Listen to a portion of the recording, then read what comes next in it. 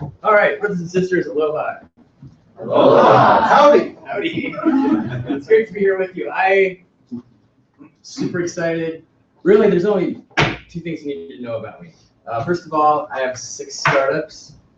Their names are Benjamin, Jaden, Grant, Max, Kenneth, and Henry. We have 5 boys born in 5 different states. And we have an IPO soon. My son Benjamin, currently attending BYU-Idaho. Hopefully gets his mission call this next semester. Send him off to the world. All right, let's just talk right off about the problem. Today we have a huge problem. Most of you are aware of this, and that is most online classes are terrible. Right? You've been in them. You've tried to fix them. I think it's a huge step forward to have these kind of events where we can learn from each other. I've been so impressed with some of the presentations and the online instructors we have here. And I just want to share real quick this dark secret that we don't talk about. And that is, they talk about how the overall average assessment of these courses is pretty good. They would say on a scale of 1 to 7, online is right in there with on campus. In some cases, online classes are better. What they don't tell you is what the distribution looks like, right? Typical online classes, normal distribution curve. On campus, we have this tail here, right? These are typically faculty that we're waiting to have them retire, go away, right? So if you can chop off the tail, right? The overall average would be much, much better, right? And more importantly here, this is where we have our master teachers. Out of 120 credits, students say about 10% of their classes actually help them, like change their life or meaningful. These are the ones that make a huge difference, and this is what pulls it up to an average that's on par with this. Does that make sense? So our goal is to somehow get this to happen here. How do we get master teachers teaching online? And some of the best education institutions in the world are struggling with this. The other dynamic I want to share with you real quick is how quickly things are changing. Back in the days of AOL, I don't know if you remember this, but they were trying like crazy to get you online. They had these CD-ROMs, they shipped them all over. You could go to dumpsters like full of these things. To hit 10 million users, it took them 10 years. 10 million users is kind of like a big deal. Once you hit that, you've got a pretty solid customer base. It took Facebook, I'll write this up here, to get the same level of 10 million users, it took them 10 months. Right? And Snapchat, any guesses on the trend here? 10 weeks. More or less, exactly 10 weeks. Right, now I don't know what's coming next, but it's gonna happen pretty quick. And this is kind of the world I think of our millennials. They're used to this social media format, this asynchronous video, and that's really what I want to share with you today. So, right now, lower your screen. oh, thank you.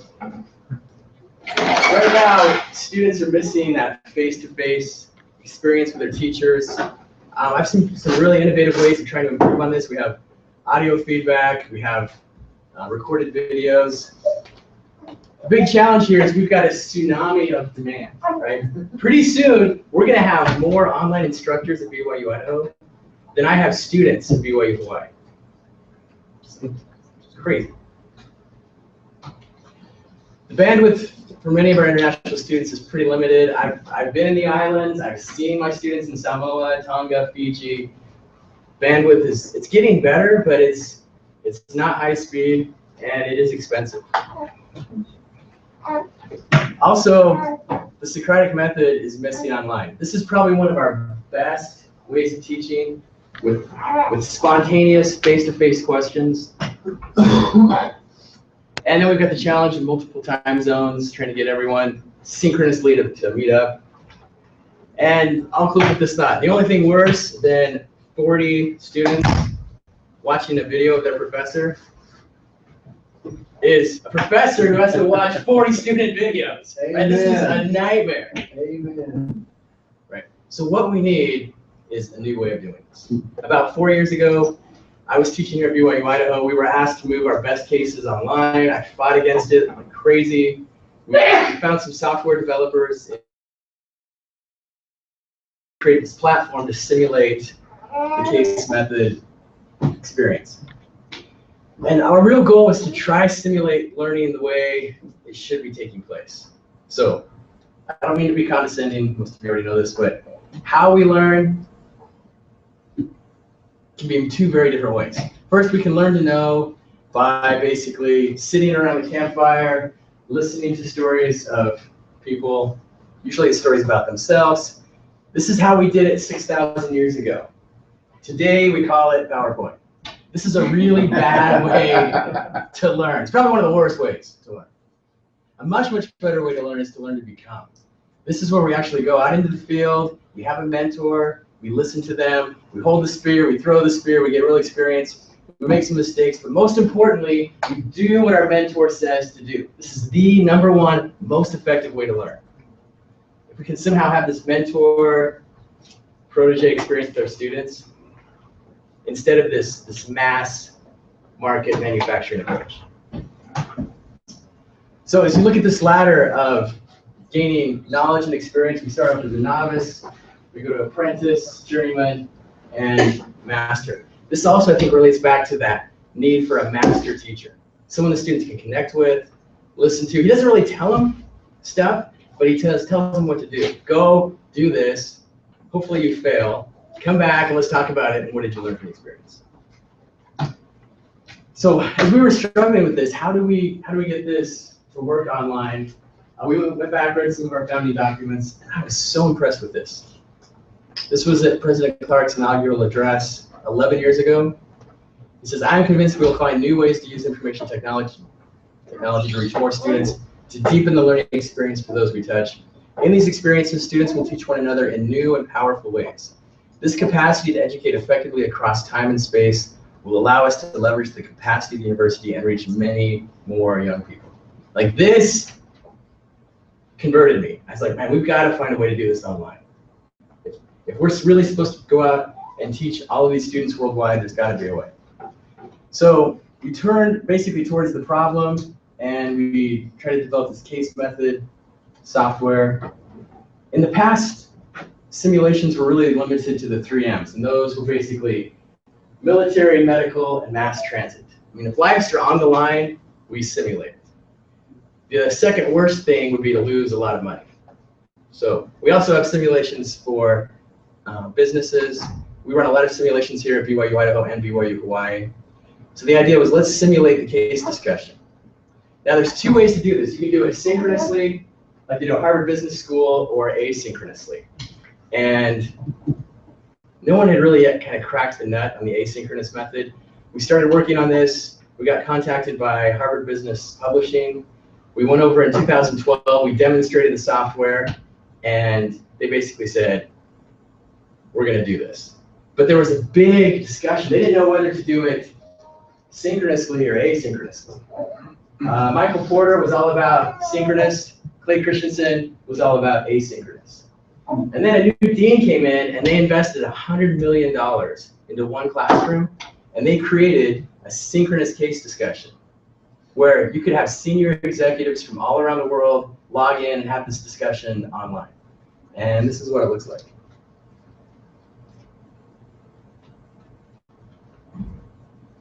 Maybe not. Oh, I know, it's up here.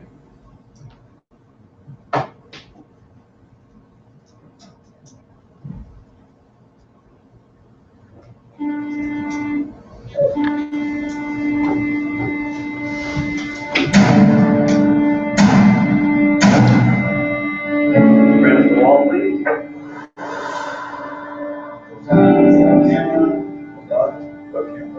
As interactive as possible. I'll be using the board to help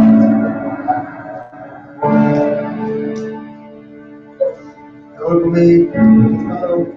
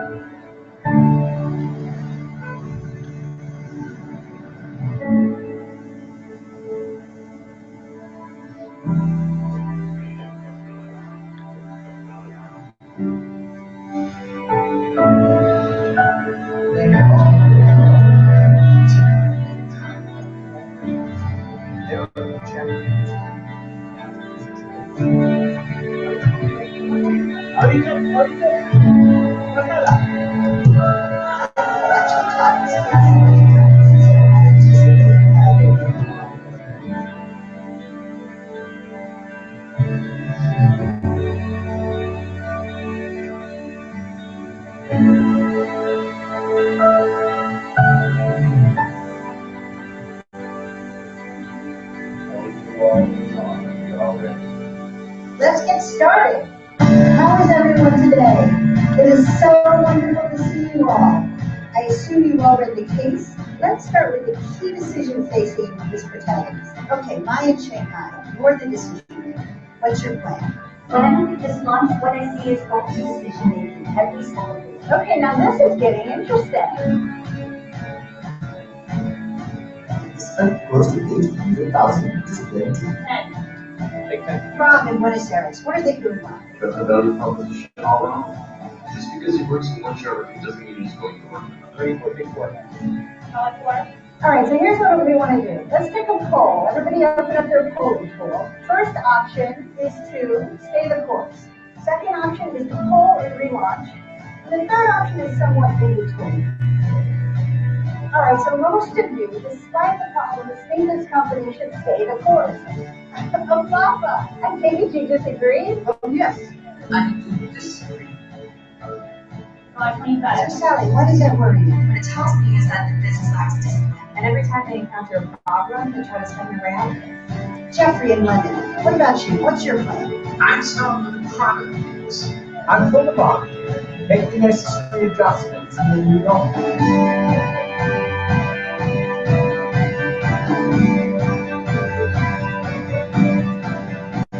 Now that was a great session. See you all next week.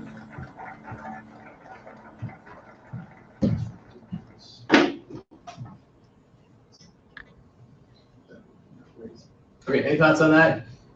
Wow. So I teach the B483 class. Yes, sir. So I had the one that you designed that used UCU. Yeah. And now we're going to Google Hangouts instead. Yeah. And I've seen that before because I've kind of been paying attention. I can't wait till that's like 5 years down the road. It costs about 2% as much because that's cost prohibitive. But man, that's cool. Yeah, I mean, I think that's the future. That's right now it's $50,000 a person, right? Of course, they get a whole executive MBA out of this, but Right.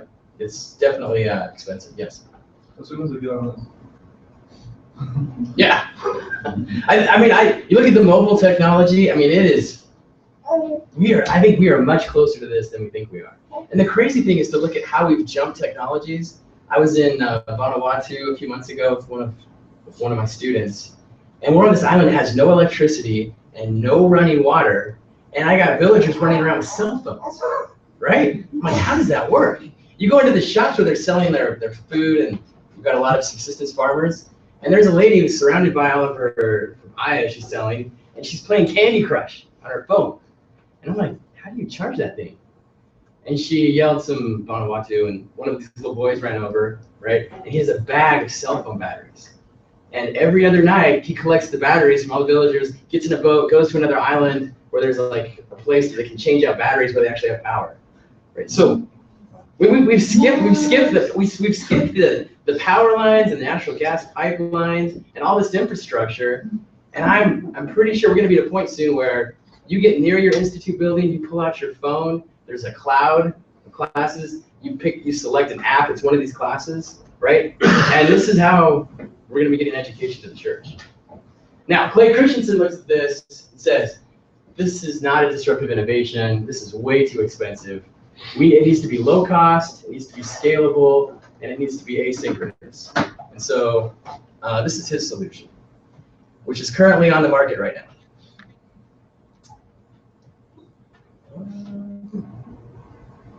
I think it's right here.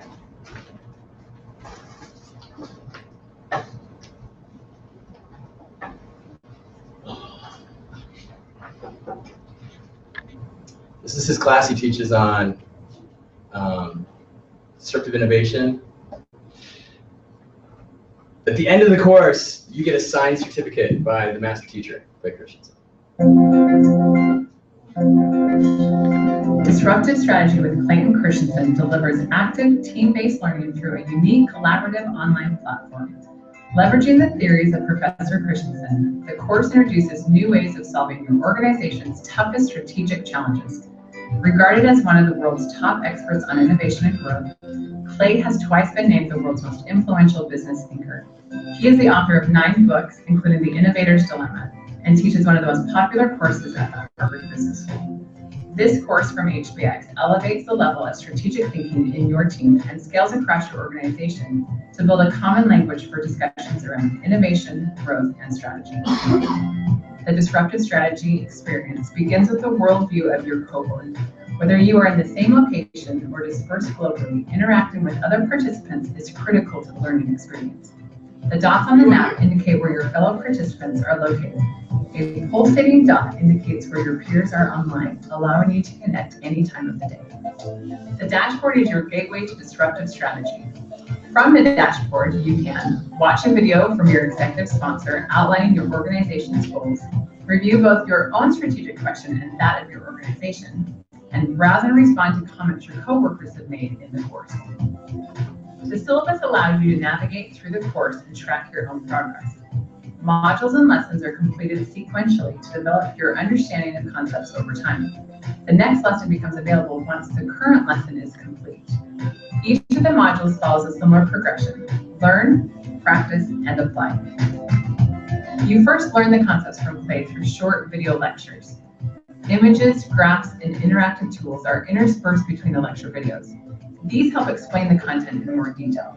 You also regularly encounter questions to help test your understanding of the concepts. The case study method is a hallmark of the Harvard Business School. HBX courses utilize cutting-edge multimedia case studies to help you practice what you have learned. In this case study, for example, you hear from Bill Hambrecht about the strategic decisions his company faced after they were invited to help underwrite Google's IPO.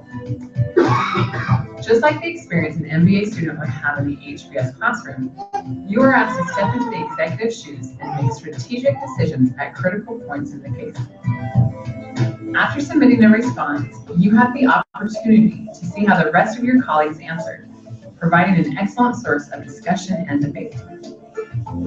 Every module ends with an exercise to help you apply the theories you've learned to your own industry and organization. To facilitate this, you meet with colleagues in a team huddle. These huddles can be done in person or over the phone. A discussion guide helps facilitate the process of applying the theories to your strategic challenge. This guide is then submitted within the platform to help your organization better capture your insights and execute your ideas. Upon completion of the course, successful participants earn a Harvard Business School certificate signed by Clay. As the course ends, your real work begins. Armed with a common language and strategic frameworks, you are prepared to lead discussions around innovation and growth that can inform long-term strategic goals and the direction of your organization. Okay, does that seem more realistic? Yes. Yeah. And that looks like, man, that's pretty. Looks pretty. It's pretty. It is pretty, yes. I think also like a big thing, like this is Harvard Business School, which really doesn't compare to what we're doing here. Because if these people are in an executive MBA, they're in a position in their career where they can get time off to meet at whatever time the entire class is meeting. They're dedicated enough to get up at 1 a.m. like you showed a couple of people they're doing. Yeah, I think that's the synchronous one. That's what I'm saying. Yeah. Like that's something that this second platform significantly overcomes. And I think even if we could say the first one is better for the Harvard executives, the second one is something that works with the reality of the students that we have who are not yet in that position. Right. No, I think that's a great point. And what's interesting is as we get enough students worldwide, I think we'll be able to put them in breakout groups where they are at least in the same time zone. So if we do need that synchronous component, maybe it's easier for that. Well, and my class is all case studies. We're all mostly Harvard case studies. And the way we're doing it now is we divide people into groups, and they give me a schedule of what time zone they're in and when they're available. So my student in Ghana meets with my morning group. Yes. Here in the U.S. that has the morning meetings. And it's still a difficulty for him for various reasons related to being in Ghana, but this second platform would work, especially if you get enough students that you can consider where everybody is, and that you have enough critical mass that you have a group here in the morning that would be able to meet with the Ghanaian students as there in the evening. So it would, as you get another couple of years down the road and there's more people taking B43, my class, then it's gonna be easier to do stuff like that. And I don't want to put too much weight on the platform. I mean, I've heard good and bad things about iLearn 3. I'm sure we'll have better stuff going forward in the future. What I wanted to cover briefly was kind of the model behind this, how we tried to set this up so that it was interactive with students and they felt like there was, they're not just going through the motions, they're actually learning from one another. Is there a comment? Well, I was just going to say, so that example, the second one, so the only question that I saw that the students were asked was a binary, Yeah. or you're not in. So with what you're going to be telling us today, are you going to be kind of addressing how we can make those types of questions that aren't just binary questions that force people to, okay, great. Yeah, here, and I want to talk about the importance of the spontaneous response. So this is the platform that we developed with UCU. I think one of the best things about this was the look and feel was much more like you'd see on Facebook. So the students could get background information on each other. You can, they can upload a video to talk about themselves. I'm a current student at BYU-Idaho and graduating with a degree in finance. They can talk kind of more about their background. As the instructor, you could give an opening welcome, say like, hey, this is me, this is my office, I'm welcoming you to the course. Just little things like this seem to make a big difference for the students. Then when you get into the actual assignments, what's really important, at least with the case method, is we've got to walk them through these steps where they read the case, answer the poll questions, make a decision, and then they've got to be ready to fight. Like they've got to be able to say, hey, this is what I think they should do, and this is why, and then match them up against something with a very different opinion. And the way they do this at HBS is like, I'll just say it's pretty miraculous. These instructors lock themselves in their room and they comb through these poll questions. So they know exactly what their students are thinking. And in their offices, they have a layout of 90 students and they know where every single student is by face, and they have to stay in the same seats so they kind of get a feel. So when they walk into that classroom, they know Sally thinks this way and Rob thinks this way. And then they make it look very natural. They're like, let's open the discussion. Rob, what do you think? And Rob opens the case, particular response, and then he turns, it looks random. He's like, interesting, who has a different response? 20 hands go up, but Sally's one of them, and he knows it. Sally, what do you think? She gives a completely different answer. Rob's wrong for these 3 reasons, and this is what we should do. And suddenly the whole room like lights up, like on fire, right? There's 2 very different opposing views. And we can finally do this now in an online environment, but you've got to capture the student's response, and you've got to match up these asynchronous videos so that students can watch 2 different opposing views. So if we were to go through this, this is where we would open the case. I would have a brief intro on what the question is. And they've got to choose one of 4 responses. It does seem a little binary, but they not only choose this, they actually have to defend it in a 30-second video. And the other great thing is they don't know what the question is until this pops up. So they've got their webcam set up here. They're asked the question, and then we also give them information on, hey, this is what everyone in the class said. So you said option D. Most people thought it was option A. You need to defend your response. Then we'll hit them with the question here. Purpose of this next discussion. And then after they hear the question, they've got about 10 seconds to kind of get their thoughts together. Their webcam immediately turns on, right, and it starts recording, and they can't stop it. Right, so you get a very spontaneous response. And some are like deers in the headlight. And we've had people like start crying. They'll put their hand over the camera and just wait for the 30 seconds, Very interesting. But we've simulated what happens in the classroom, right? Like, I call on Jody. Tell me why you made the decision to come here to BYU-Idaho. We felt that we're ready for the adventure. See, this is one of my best instructors. He left Hawaii just this last week. He moved here, and now he's one of you.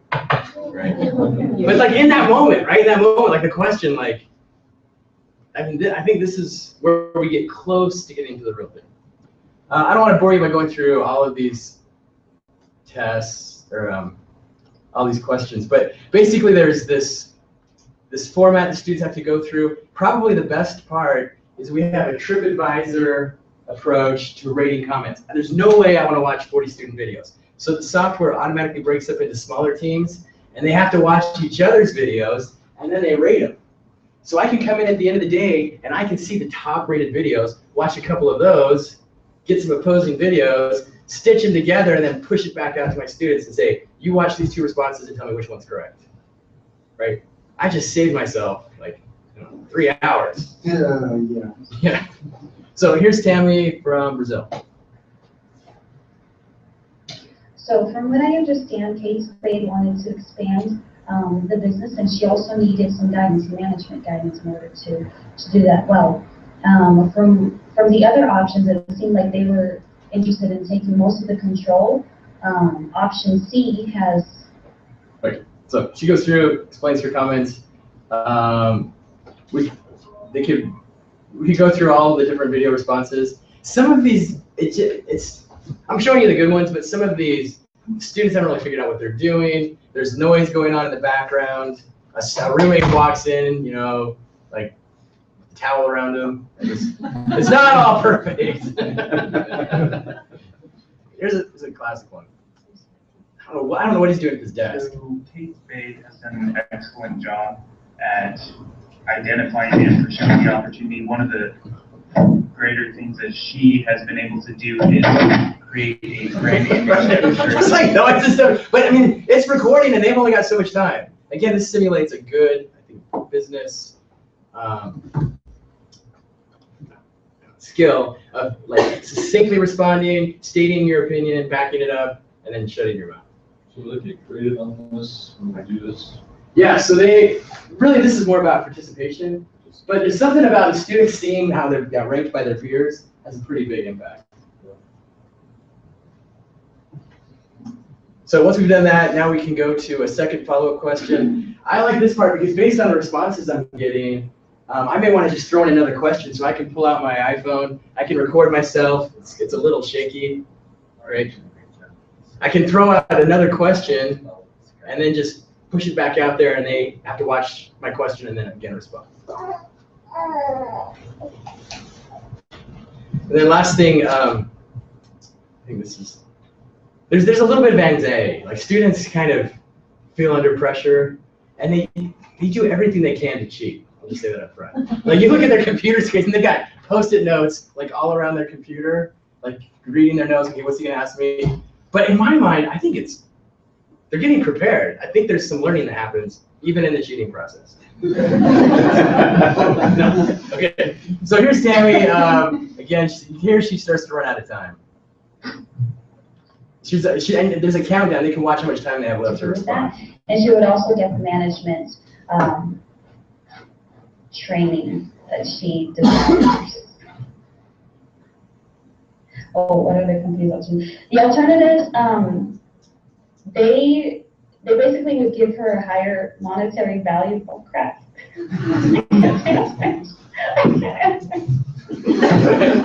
I think this happens in our real classrooms. I think this is right. We're getting close to the real thing. Finally, there could be a third follow-up question. I don't want to bore you with this.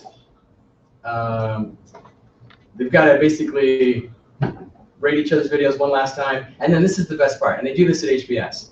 They actually bring in the actual protagonist of the case, but they've got 10 sections going on at one time, and they can't get them in front of 900 students at once. So they have this elaborate system of video cameras in all these classrooms. They bring in the protagonist, and as he's talking about the case and what happened, it's being broadcast live to 9 other classrooms. And at every desk, there's a microphone, and so students can basically ask a question, right? So all 900 students are getting the same experience. But here, what we've done is thanks to our illustrious leadership, we've got we've got access to the HBS cases, so we can show the video at the end. I think in this case, yeah, so here's the actual protagonist talking about what happened. The students now, they can watch the video and then take 1 to 2 minutes to write, kind of record their key takeaways. And you still do that, right? You do the Google Hangouts? Sort of. Sort of, yeah. It's piloting right now. We're still figuring out some things. Oh, good. I would love to talk with you more about that. That's why I came here. Okay. Okay.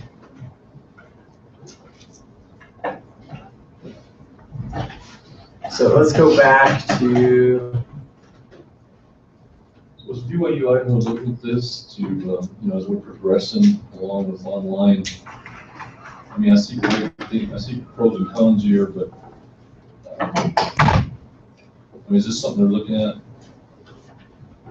Yeah, they're looking at different platforms like this. And I teach math, and I kind of struggle. How would you do this with math? I mean, maybe throw up a problem or something and walk through it, but. If you throw up a problem, a math problem, they come up with their own answers, and when you throw up another answer, and they have to explain why the answer is right or wrong, they learn far more math that way. Sorry, that's But because of the follow-up, it's kind of like I feel like I teach natural disasters, and I feel like my hands are tied. This is a really cool platform. I don't see my own ability to integrate that into the class without having it structurally integrated into the curriculum. Is that? It would have to be. Yeah. It's got to be, from the day the course is designed, it's got to be part of the structure. Yeah. Because you're going to have links within iLearn point to UCU. So Yeah. when I was grading the prior version of my class last semester, I didn't grade anything in iLearn. Okay. I graded everything in UCU. And actually it was a pain because I'd actually have both open. So I'd be doing UCU and scoring in iLearn. So anyway, the way I did it wasn't flawless. The new UCU looks better, but I get it now. So yeah. Yeah, I think, so that this should really be presented to you as instructors to get your thoughts. We should also be presenting this to our developers on how they can incorporate this into platforms. Yeah. But we do have some real data on using UCU for these case discussion classes. In 2014, we had 24,000 videos recorded by students. There are comments that can go along with the students on the side so they can have a text discussion along with the video. In 2015, we hit 28,000. I think this was as of March 2016. If we had more time, I'd love to show you how we've used this video tool with projects that students have internationally. If you have time, I would go to the Kapalu Connection. This is one of our students running a nonprofit in Vanuatu.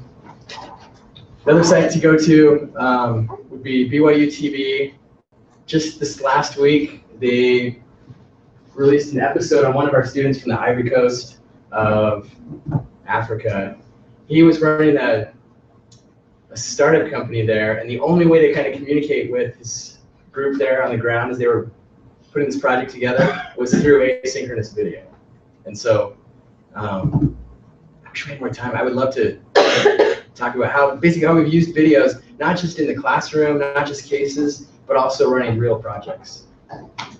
Yep. I think we've got like 2 minutes. I'll just show part of this video.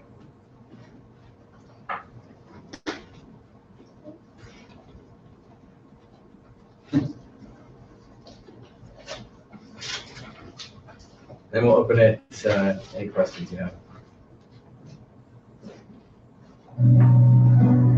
That's a miracle. My uncle wasn't that rich, but at least I didn't have to work, and I formally started to go to school. But I think my uncle also taught me a very important lesson. Is whatever you will do with your education, that will determine where you will be in the future. So I started to work hard, and I think as I was progressing, my passion for reading helped me catch up. It was an eye-opener of it. So I am smart. That's where I started to dream big.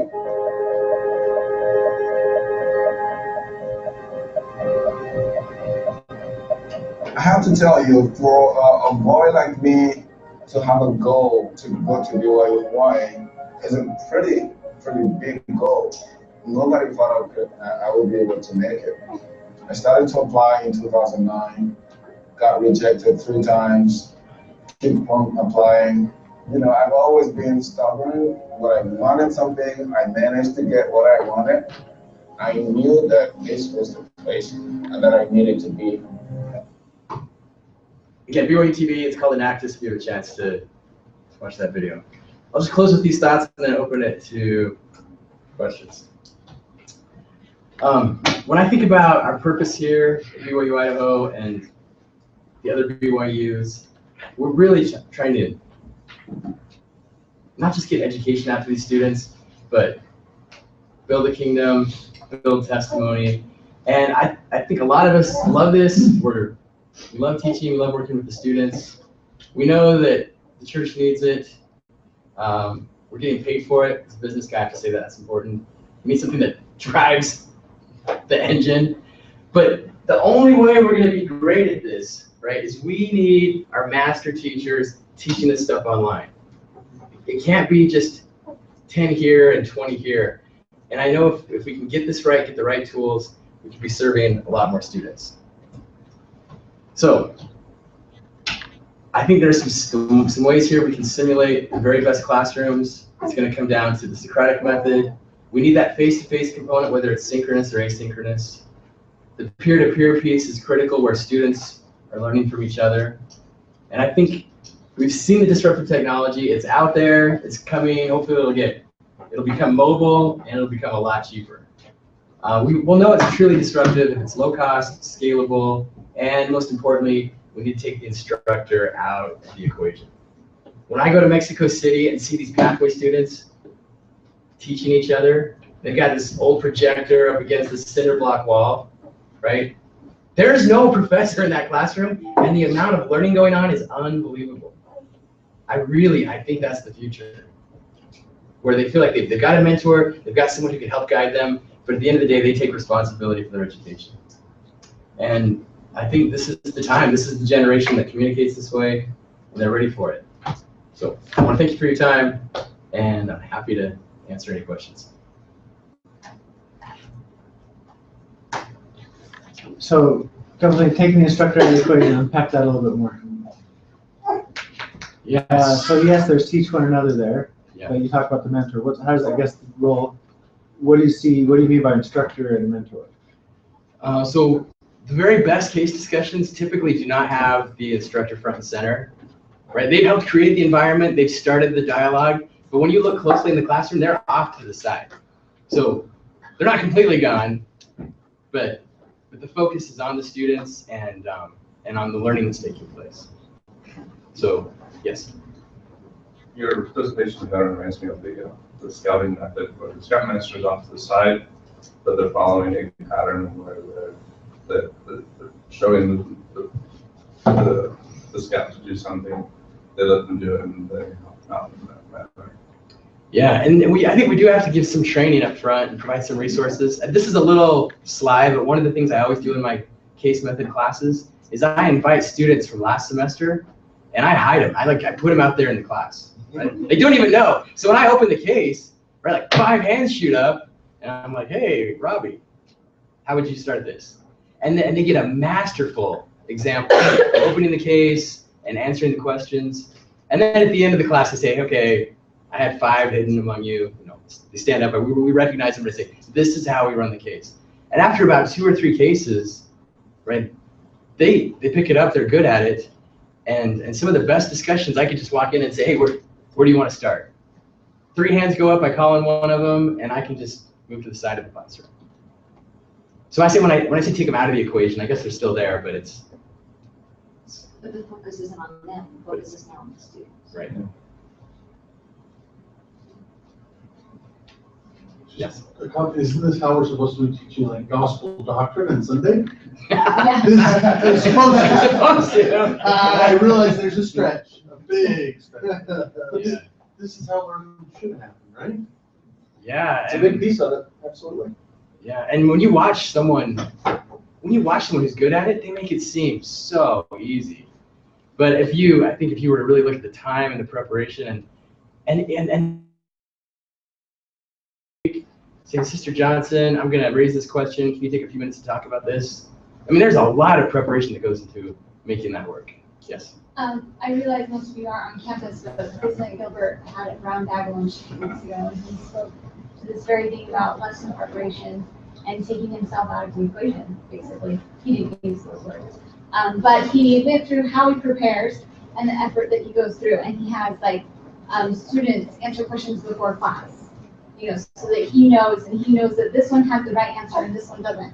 Same type of thing, where you can go in and online it would be your videos instead, but he can go in and he can call on this person and have them explain the wrong answer that everyone in the class thinks is right. Right. And they're supporting it, and then how he can use the other students to explain, because he's like, as a teacher, he didn't want to be the one destroying the class. Right. That they all have the wrong answer. Yeah. But he could use the student to teach the others and help them come to the right conclusion, and how he goes through his lesson plan so that he can direct them to these certain points as he goes through. And it's the same kind of idea that you're speaking to, where he's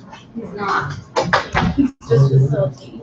No, I think that's a great point. And you had a great class when students come in thinking one way, and an hour later they leave that classroom thinking totally different. And I think that's where the learning is taking place.